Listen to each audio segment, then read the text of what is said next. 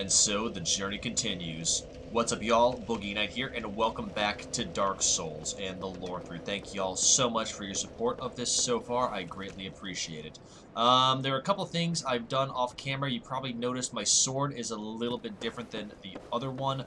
I went ahead and used the bow and arrow to destroy the tail of the Hellkite Drake and get the Drake's sword. So let me show that to you very quickly. We can take a look at the description together. Here we go, Drake's sword. There we go. This sword, one of the rare dragon weapons, is formed by a drake's tail. Drakes are seen as an undeveloped imitators of the dragons, but they are likely their distant kin. The sword is imbued with mystical power to be released when held with both hands. Now, of course, you can use this regular or two-handed. It doesn't really matter. But this is a fascinating piece of lore saying that drakes are not actual dragons. So I think that Seat the Scaleless was mentioned as an actual dragon, but that's something we can delve into at a later time. Now, I've also leveled up considerably, something I've neglected, much to my chagrin. So I did some, in my quest for farming souls for the bow and arrow to knock out the Drake, I also leveled up quite a bit. So I'm a level 12 over 13 right now, but no big deal. That's all I've done, and off camera was spent about 30 minutes farming souls. It took me about 15 minutes to actually destroy the dragon tail. Now, Hellkite Drake is still here, but I also found out a way to kite him. But we are not going to do that right now, because that's going to take a little bit of time and probably a lot more death. If we smack him with the bow and arrow from up here, he will actually stop breathing fire long enough to run back down onto the bridge itself.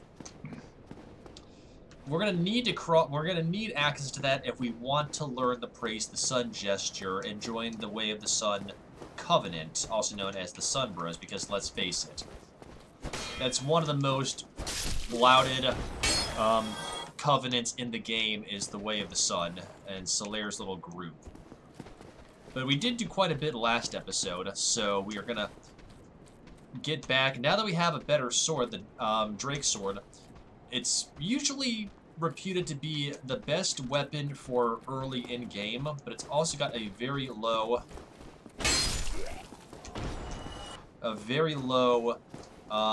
durability.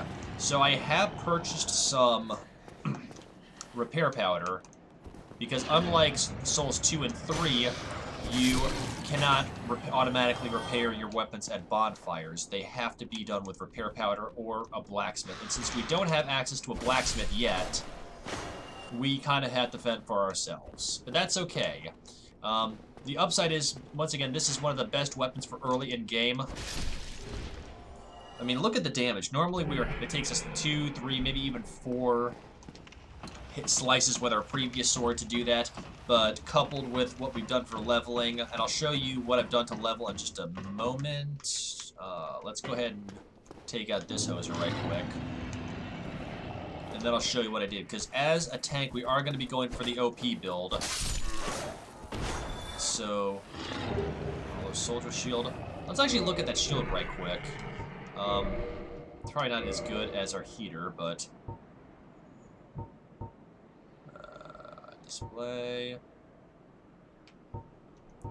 Okay, so it ups our physical attack by 6. It's less weight, but it also drops our fire. Otherwise, it doesn't really do anything. Okay, so let's go ahead and look at this then. Metal shield built by hollow soldiers. Okay. But let me show you my status. So I'm a level 12. But I've upped my strength to 18, my dex to 14th, and my vitality and endurance by 1 each, roughly. Because I do want to up my stamina so I'm no longer, and my equipment loadout, so I'm no longer mid-rolling and, God forbid, fat-rolling. So let's go ahead and take care of these dudes, and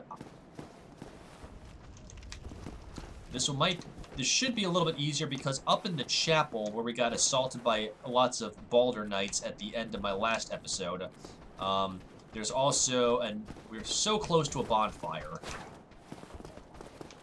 So I think once we kind of get past the Balders, we should be in better shape.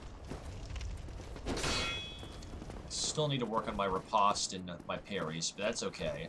It's these spear hollows that bug the ever-loving hell out of me. There we go. I do want to take a quick squint at my durability on this just for a moment, because I want to see how quickly it goes down. Nope, I did not want to do that. There we go. Nope, okay, I need to stop doing that. Okay, we need to... There we go. Break sword. Stability 32. Okay. Or no, that's stability, not durability. Derp. I'm really tired. I'm recording this a little late, so forgive me if I'm not as chatty as I usually am. Stability 10. Durability. There we go. Durability on the bottom right. Okay. So it's got about 200 dur. So I think we should be okay before... Ooh, look at that. Aha. We could go topside and take out the archers, but I think we should be okay once we get past the portcullis. There's a few dudes we gotta deal with here. Could have sworn we have a spear dude somewhere nearby. Nope, but we do have a... Oh, that was my bad. I pushed the wrong button. I mean, look at that. We have dropped him down. We can drop the Balder in 2 hits. That's not bad. Okay, hang on. We got a spear dude coming up. I really don't want him to get involved in what happens in the chapel with the Balders. And look at that. We're actually now, our speed is racking up so we can actually almost do a circle strafe on the spear hollow. So, up ahead here in the chapel, there should be a bonfire in here somewhere, but we've got at least 2 Balders. So let's see if we can kite these dudes out one at a time before we take on the biggin. Oh. Alright, come here. Now, Harkov said that the Drake Sword should actually work pretty well until we get to the depths. So that is good for me. I'm more than happy about that. I think we're okay here. So let's go ahead. I don't want to get too close there, because that dude up ahead is definitely the object of our... I'm going to go ahead and Estus right quick. And then take on... I think this guy's called the Berenki Knight, or the Bernecki Knight? Something like that. I'm preparing for an ambush. What? Oh no, did I happen to run to a channeler? Oh, okay, there's somebody topside. Let's go ahead and see, maybe... Is that a channeler up there? I don't know. Maybe there's a workaround. Hang on. We've got to go through this chapel to continue our quest. That's pretty much for damn fact.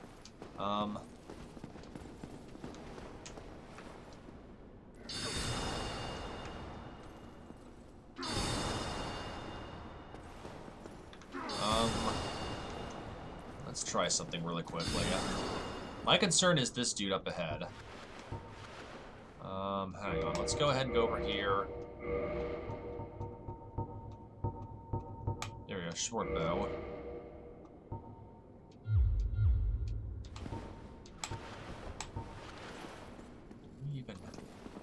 There we go. Okay. I don't think we can hit this guy from here. We might actually. Hang on.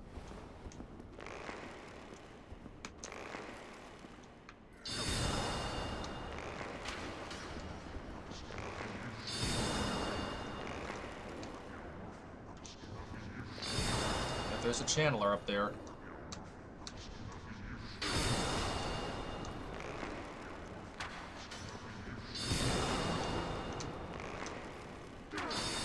Okay.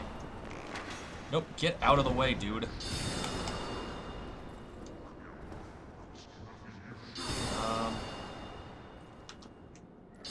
There we go. Okay, you know what? We're just gonna have to go ahead and make sure. Maybe we can kite. There we go. There we go. Now we can take on the Berenki Knight, or we're just gonna call him the Dark Knight. Okay.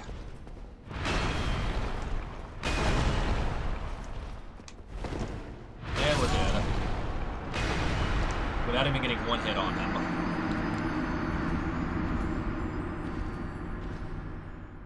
Okay, we now know what we're going up against, and we also know, I believe, I'm not too familiar with the lore on the knight, other than that I think the Berenki Knights were Knights of Gwyn to some degree, form, or fashion. And I do know, according to what I've seen on wikis, is that he is also non-respawning. So once we take him out this time about, we don't have to worry about him again. And then we'll have to figure out some way to... The Chandler, I think, is pretty much moot right now, because if we can get around that side corridor, we should be decent shape.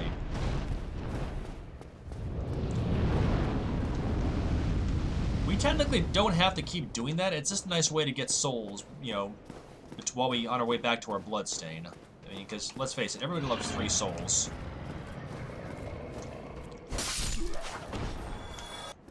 I tend to. That was probably my fault too, because I tend to circle strafe a lot. There he is. Come on. Aha. Yeah, down he goes. I'm sorry I'm not talking too much about the lore in the Parish. There just really isn't a whole lot because we really haven't done too much exploring. We will, though. Things will start to iron out, I think, as the further we get into the Parish. But Chandlers have an interesting piece of lore about them, believe it or not, and I'll actually delve into it later on. I think in a nutshell, the Channelers are from, I want to say Thorland. I believe they're from Thorland originally. They could be, or they were ostracized when they became undead. So, but the real interesting thing... No, wait, hang on. Channelers were followers of Seath, from what I remember. That was it. But the interesting thing about them is the way they dress on their robes. And we'll get a closer look at that too later on when we fight one, because I think that's there's at least... There's the Channeler that was destroying us, but I believe there's a second one. A zigzag here to dodge their blows.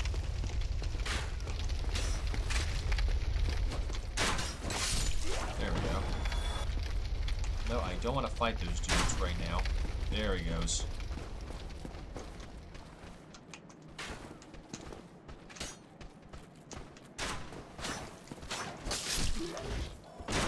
I mean, seriously, how awesome is that, like, we're knocking out Hollow and Baldur's within a matter of 2 hits instead of 5 or 6? I'm not saying it's entirely thanks to the Drake's Sword, but it's pretty damn close. I mean, I probably should be level 15. I tried, but then again, it's the RPG nut in me.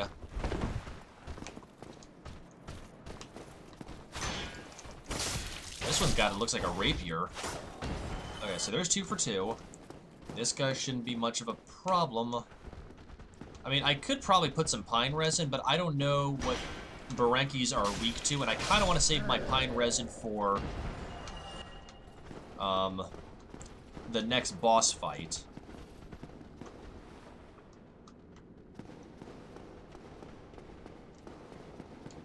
I'm pretty sure this was intentional to have the Channeler on the roof.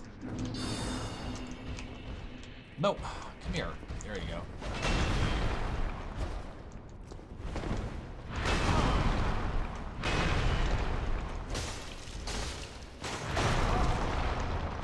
Oh. Nope, come on, get me out of here.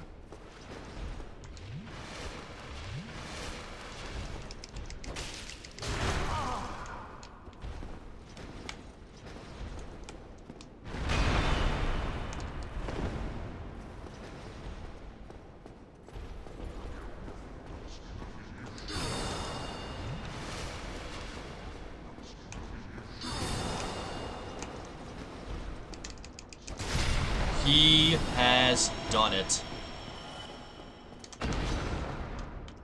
Hallelujah. Let's go ahead and Estus again. And I think there should be a bonfire somewhere around here. What is this? Oh, we have the Firekeeper's soul. Praise the sun. I'll look at this in just a moment. This Chandler's making me a little bit twitchy. Steel armor and a Titanite shard. Brilliant.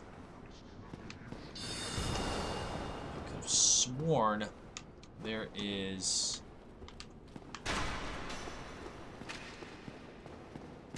I believe there's a bonfire here. Bear with me one moment. And of course, we got another Baldur here. Hooray.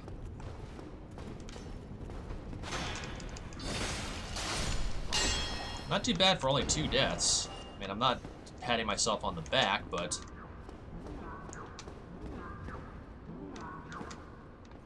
Okay. Chandler's somewhere around here. There it is. No, don't do your karate dance.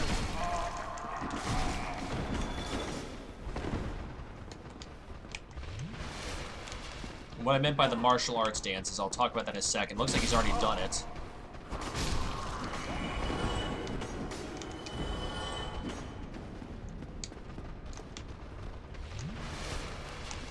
I believe Chandlers are non-respawning, which is good.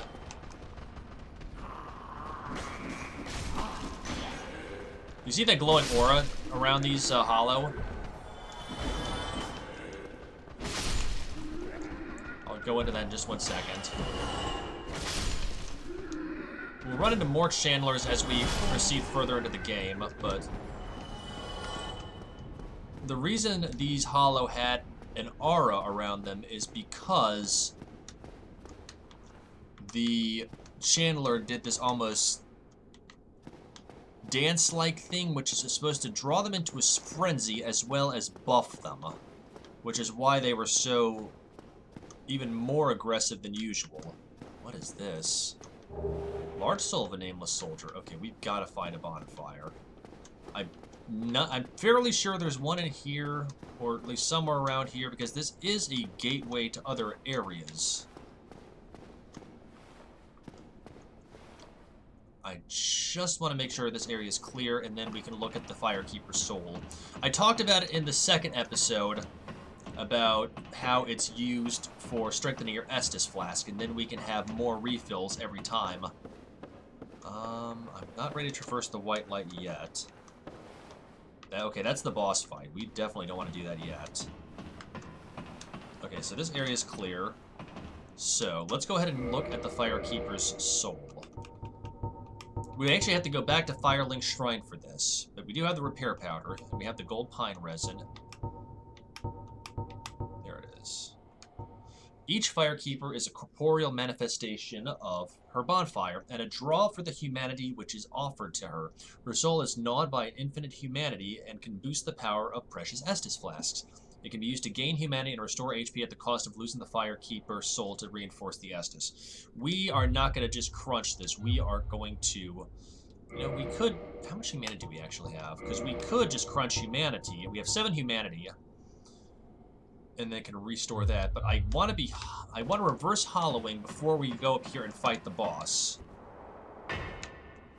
So I think we should explore this area a wee bit more.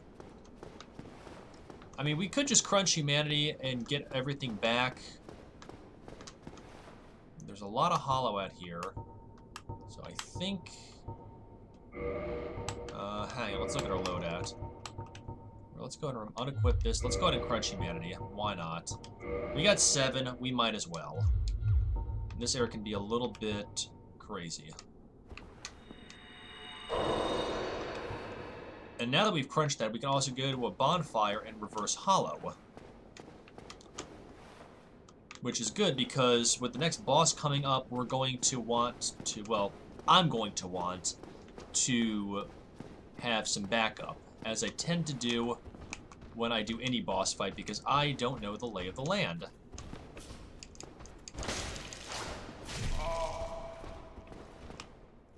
On guard. Come here, sir.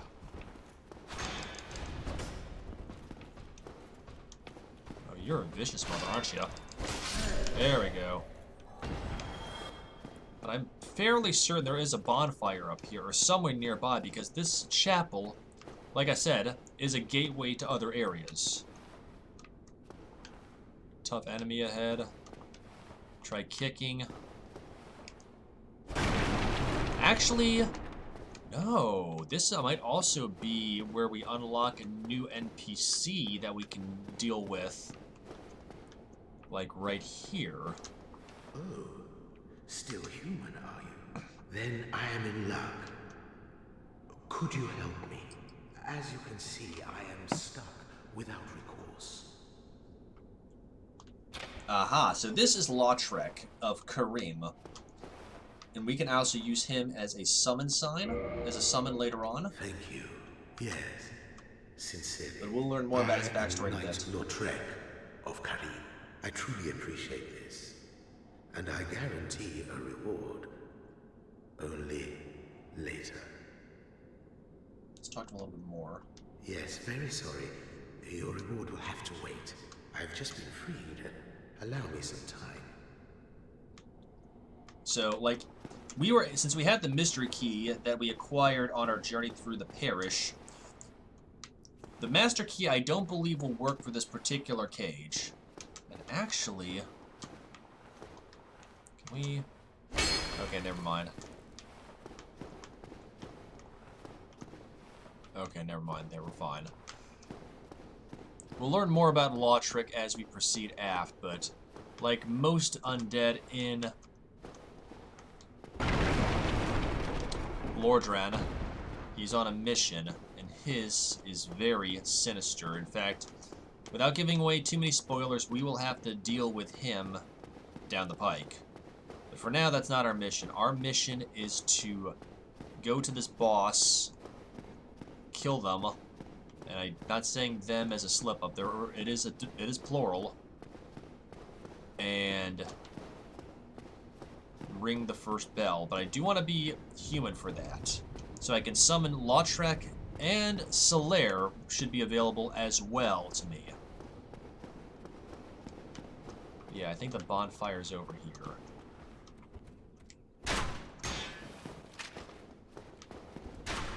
And of course we have a lot of undead to deal with.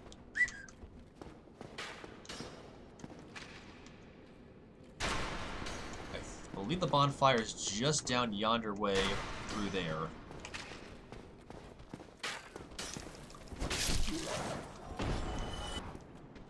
Let's just tread a little slowly. And then by going to the bonfire, we should be okay. I mean, we'll have to fight these dudes again, but the Baranki Knight should be gone, and the Chandler should be gone as well. I believe the Chandler should be gone. Don't quote me on that. Okay. That's not a Balder. Or is it? We'll come back there in a minute. Nothing I really want to compliment this game on is just not just the attention to detail on the graphics, but just the sound effects as well. They're lovely. You can hear the birds chirping. So that kind of still has a shred of humanity, even in doomed Karim, or Lorethrough. Through this area should take us to where we... Aha. Hear that, folks? That's the sound of another NPC we can talk to. But before we talk to him, I want to activate the bonfire and reverse my hollowing. And now... That's what we like to hear. So let's also reverse hollow. See how we have the number 4 in our upper left-hand screen? This should turn to white and knock down to 3. So now we're officially human, which means we can also be invaded. But before we do anything, I want to quickly do a level job. Gonna do that. Up my endurance, my vitality, and my dex. And people do leveling in so many different ways. They focus on one thing or the other. Once again, I'm trying to do more of an OP build, but we're still early enough in-game. Vitality should be good. Keep my health going on. Let's actually... Yeah, let's up my strength to 20. And this area over here is Sen's Fortress, but we can't do anything with that until we ring both bells of awakening. So let's save again. There we go. Anyway, so now that we're human, we can also be invaded by other player characters. Now this here is Andre of Astora, and he's going to be vital for us on our journey. Well, you must be a new arrival. I'm Andre of Astora. If you require smithing, then speak to me. We'll definitely go see him quite a bit. So now we can modify equipment, reinforce, repair, and purchase. And we can also learn a gesture. The hurrah! Aha, so we'll check that out in a minute. Reinforcing weapons. I believe we can do this using Titanite. Now we can't do anything with the Drakesword because it's a magical weapon. But see how up top on the right hand it says how many souls it's required, and Titanite. We have 3 Titanite shards, which I actually will go over with you. We'll look at that. So once we start reinforcing our weapons, we'll have the ability to increase damage, in this case, to 88 damage. And the same case can be for armor. So we can do whatever we want. Probably should look at what we have for other armors and stuff, but I don't think we need... Wait, we have the steel armor from the Baranki Knight, so we should probably... Yeah, we should definitely do that. We'll do that in just a moment. Let's go ahead and repair our Drake Sword. 36 souls. We shouldn't do that. We'll be okay. Let's talk to him a little bit. Most weapons and armor are mighty sturdy indeed, but every hunk of metal has its breaking point. If you notice durability running low, it's time to repair. You can ask a blacksmith like myself, or do it on your own with a grindstone. The nice thing about weapons, they never betray you, so pay them a little respect, eh? Let's see what else he has to say. There are 2 types of weapon forging. There's reinforcement and there's ascension. Reinforcement is simple. It strengthens the weapon and nothing more. A simple task for any blacksmith. Hell, you could even do it yourself with a smith box. But ascension's a finer art. It alters a weapon's properties. Ascension is the territory of we blacksmiths. A smith box just won't do the trick. Start out with reinforcement. When that loses its charm, you could consider ascension. As you've noticed, this land is flush with the mad and wicked. You won't make it through the night without employing my services. Now here's the funny thing about Andre, is he's also in Dark Souls 3, or some maybe Descendant, because he's also known as Andre of Astora.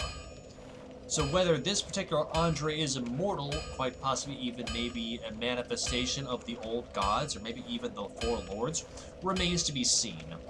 So we're going to keep coming back to him later on. Be careful. But one thing I want to do down here, I believe, is... I forgot, there's a Titanite demon here. Maybe this is not my place. Let's go ahead and go back upstairs. I could have sworn there's a lift somewhere around here to take us back to...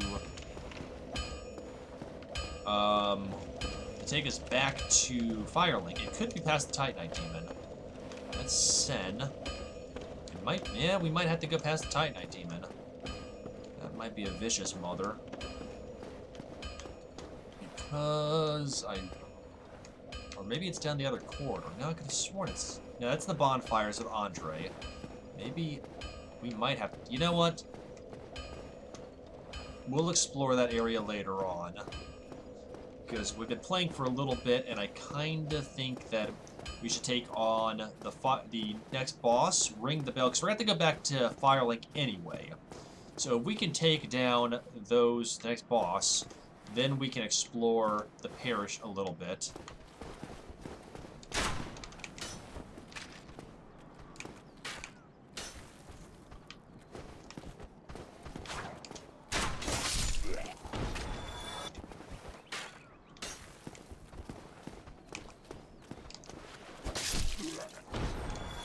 I'm going to be a little more conservative right now fighting these dudes, because I want to keep my Estus for the boss fight. We shouldn't have to deal with... Actually, let's go ahead and put on my armor really quickly. Probably... Weight's 14. Yeah, let's go ahead and equip that. Oh yeah, we're fat rolling. We'll have to add this later on. Later on when we do some leveling. Let's go ahead and put that back on.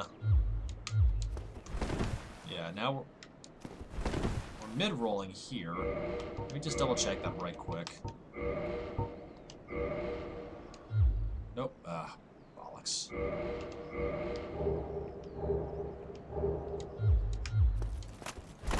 No, we're definitely fat rolling.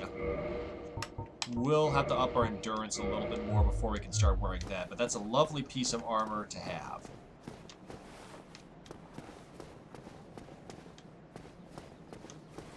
Could be over there, the bonfire, but we can explore after we take on the boss. We have a job to do. Actually, no, this is it. This takes us back to Firelink Herpaderp.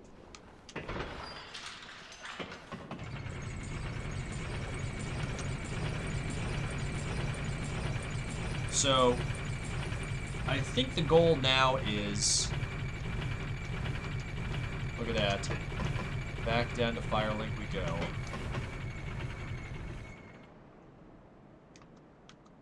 Let's go ahead and reinforce our Estus.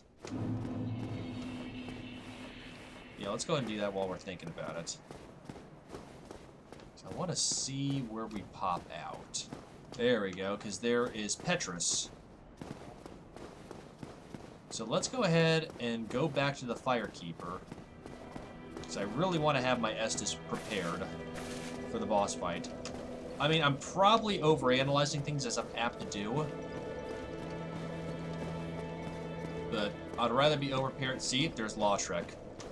And eerily enough, he's staring at Anastasia. Obviously, we can't do anything because we need her eyes. So let's go ahead and reinforce that. And now we can actually use 6 Estus instead of just 5. Now let's talk to Lorethrough and learn a little bit more about him. Ah, hello there. I have your reward. Please, accept it. A sunlight medal. I am grateful to you for freeing me. Yeah. Not enough for you? Well, let's not be greedy now. Right off the gate, off the bat, you can kind of see there's something a little more sinister about Lorethrough. You again. What is it? Our futures are murky. Let's not be too friendly now. Anything else you want to say? Our... Okay. Now, when he says that our futures are murky, that's fascinating, because is he talking about his own future? Oh, we can do 10 Estus now because of the Firekeeper Soul, even better. Is he merely talking about the futures of us as undead in Lorethrough, and it's always uncertain what may become? Or is he talking in such of a way that it's like it's been alluded to that dimensions and time bend at will? So the future is murky. Maybe he'll end up in another place at another time. It's uncertain, really. I like now how they have these ways to travel back and forth between areas until we have the means to fast travel and warp between bonfires. But now that we've also went back to the bonfire, there will be more undead for us to fight. Including Baldur.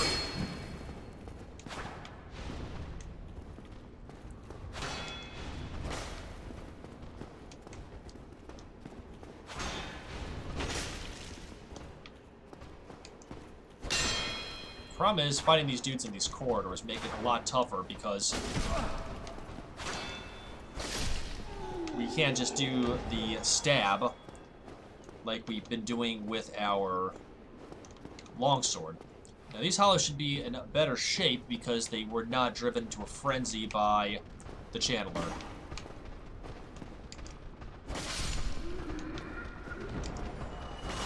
See what I mean? How I wouldn't say they're sated per se, but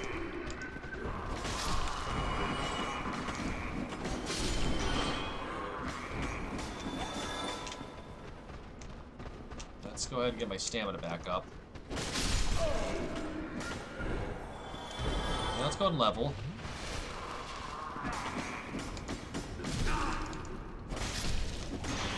I remember when I started watching Northern Lion years ago, and he was playing the original Dark Souls, not the remaster, but he got caught in the summoner's channeler's trap. Broken straight sword. Anyways, so channelers, speaking of which, channelers, according to the backstory, are followers of Seath the Scaleless. And Seath, pretty much from what I've gathered, channelers have multiple eyes on their robes. So it's impossible to tell when they're actually looking at you. So it's, according to the lore, channelers not only do that for confusion's sake, but also Solaire. We'll summon him in a second, but I could have sworn Lautrec could be summoned here as well. Either way, we should be in for a good time. But also the eyes on the channeler's robes are supposed to be so Seath can see what they're doing. So we're going to summon Solaire to help out with this, and we're also going to do one other thing. Before, of course, we got to give Solaire the proper... There we go. Solaire. Praise the sun. You go and bow to the wall. We definitely need to learn the Praise the Sun gesture, but when I'm feeling more confident, we'll go ahead and do that, because we have to pass the Hellkite Dragon. So we're going to go ahead and apply Gold Pine Resin. Okay, we can't do that with the Drake Sword. Never mind.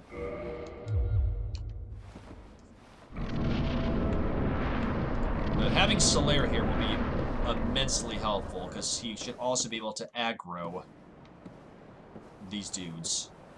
Now, I've taken on Bell Gargoyles in Dark Souls 2 in one of the Belfries. I think it was Belfry Luna.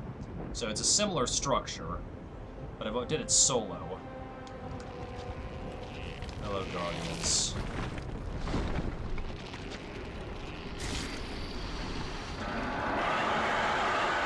I might, now that I'm thinking about it, I might actually go ahead and get to the Sunlight Altar solo off camera,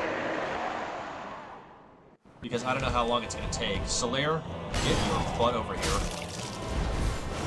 Solaire, where are you? There he is.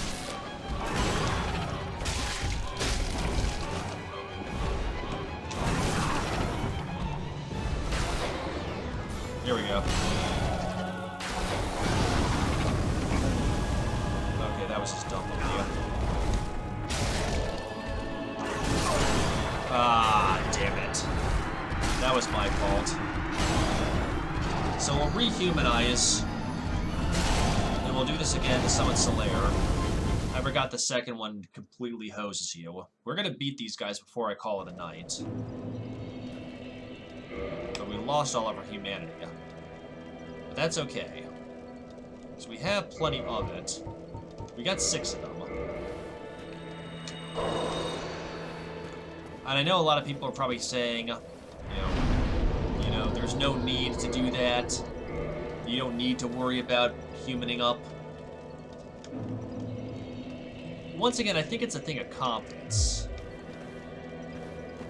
And I'm still, I wouldn't say unconfident in Dark Souls, but it takes me a wee bit to kind of get the lay of the land, so to speak.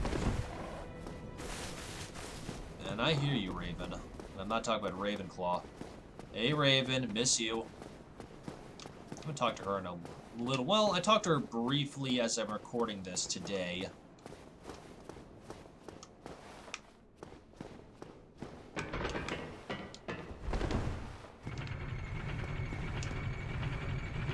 Oh, I could have just gone up there. Bollocks.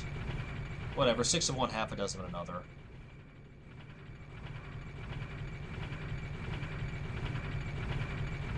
There we go. We'll resummon Solaire.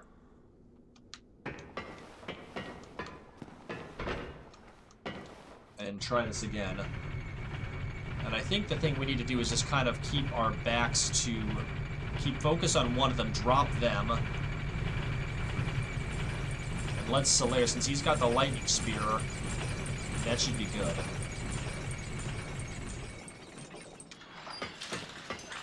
But let's not get stupid. Getting our bloodstain back will be good. Then we can go back downstairs to Firelink. Level up as necessary. And then we can move on. And I'll call it a session.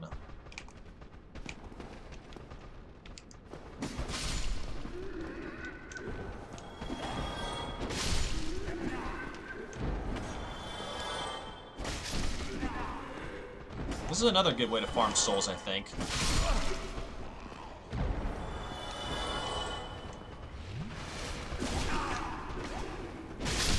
The key thing with these dudes is you do not want to get boxed in. There we go.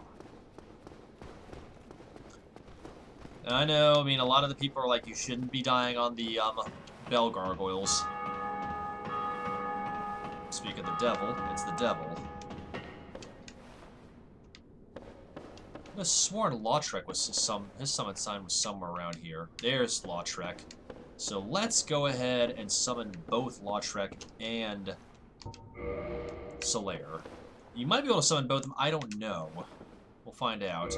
If not, then we'll just use Solaire because he's got the lightning. If so, we can just step back and let both these dudes do the dirty work, and we can just sit back and reap the rewards, eh? Just don't fall, Lautrec. Okay. Solaire, I think, is probably the better of the two, but this is more for my own curiosity's sake, so you can summon both. This will work well to aggro both dudes, or both the gargoyles. But I mean, that makes sense in Dark Souls 2, because in the Crown of the Ivory King, you could summon 2 people at the same time. Now,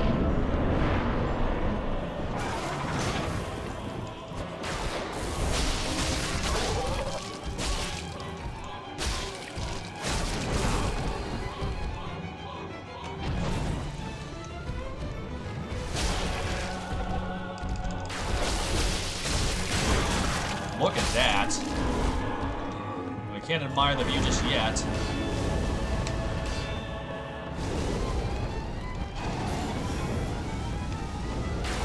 I don't want to get back to my bloodstain as quickly as possible.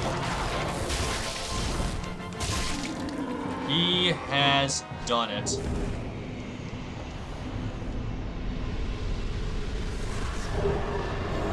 Thank you, my friends. Come on, give me the gesture. There we go. Well, why not? Yeah, buddy. We'll call that the he's done it. Let's see if we can see anything up top here, from the top of the chapel. Look at this. There's part of the Undead Burg. And And down there must be Darkroot Garden. It's somewhat interesting how Loredran, so much of it takes place. You think it's so in-depth and maze-like, but each area is not too linear, but fairly linear at the same time, and a lot of it is just layered upon layered of each other, which we'll find out in the next episode when we go down to the lower Undeadburg. Before we do that, we have to give an angel its wings.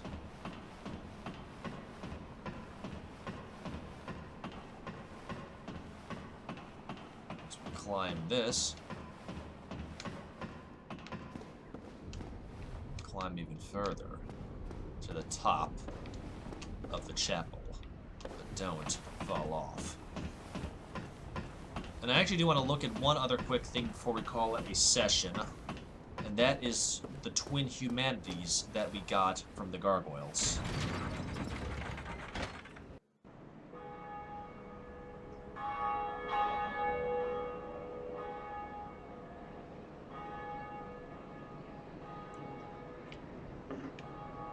Thus, the first bell has been rung, as it can be heard across the land. We got achievement unlocked, Ring the Bell, Undead Church. So now we're going to go back down to Firelink. And I think that's going to be where we call it a session, because then we have easy access back to the Burg, where we can explore more. And actually, yeah, I think... What the hell? Oh, this person. Is this Oswald of Karim? Greetings. I am Oswald of Karim, the Parish. Thou art a friend. For thee, a warm welcome. Cometh thou to confess, or to accuse? For indeed all sin is my demand. Now this is interesting.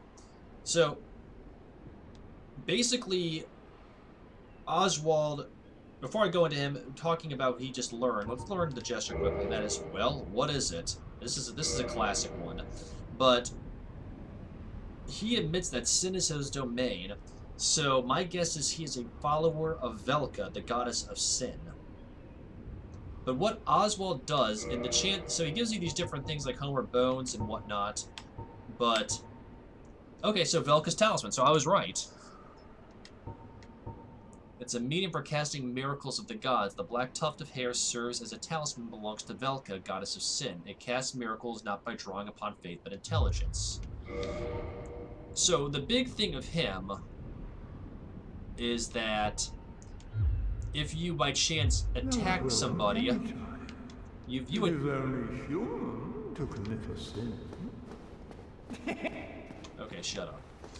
If you by chance hurt a friendly, like a merchant or some of the other people around Firelink, they will attack you non-stop.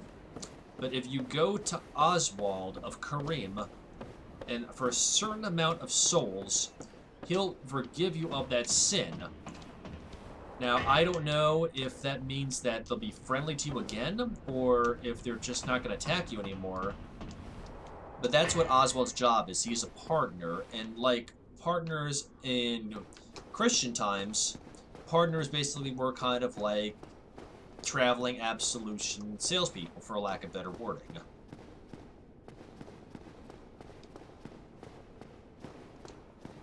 So that's kind of cool that Miyazaki and FromSoft included that in here. But for now, our journey will not take us back to Firelink. Will not take us further into the parish. It will take us back to Firelink, where we will go deeper into the earth. Now, once again, I do want to touch upon, there's two entrances to Light Town and Queeleg's domain. Some people are going to say I'm mispronouncing it. I've heard Queeleg, but according to an interview with Miyazaki, it is Queeleg. And I'm not going to be the one to go against what Miyazaki-san has said about the way characters are named. Anything else you want to say, Petrus? Oh, hello. Miracles, Okay. Come again. So, The effectiveness of the... so I do want to look at one quick thing, and that is the twin humanities that we received. Used to gain 2 humanity. Rare tiny black sprite found on corpses. Very unusual twin humanity. This black sprite is called humanity. Okay. So, the thing about twin humanity, now this is a fan theory that has neither been confirmed nor denied by the developers, at least as far as what I've discovered. Epic Name Bro has touched upon it a couple of times. But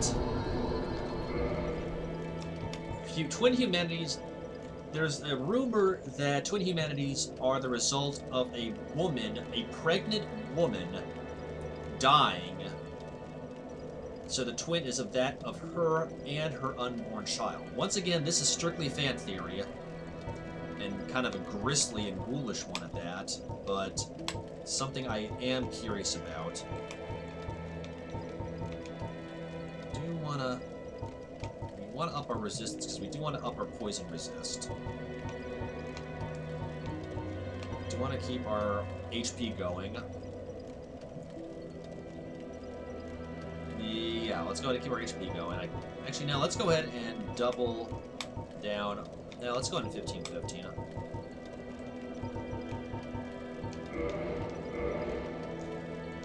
There we go. Let's go ahead and do this one more time.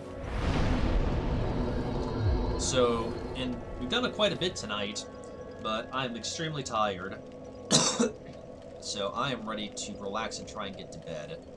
So when we next pick up on that, we'll be going back to Undead Burg, using the key to then going down a level to the lower Undead Burg, and from there, proceed onward. So once again, thank you guys so much for watching this. I really do appreciate it. If you have any questions, comments, positive feedback, no backseat gaming, please let me know. I read every comment, and I try to respond to every comment within reason. So, of course, with that being said, before I call it a night, if you like the Boogie Night Project and you want to find out more, I do have a Twitter page as well as a public Discord channel, and links to both of those are in the description below, as well as a link to my Temporarily Down Twitch page, and, of course, if you're so interested, my Patreon account. So, I hope you all have a fantastic evening, and I'll catch you on the flip side, alright? Peace.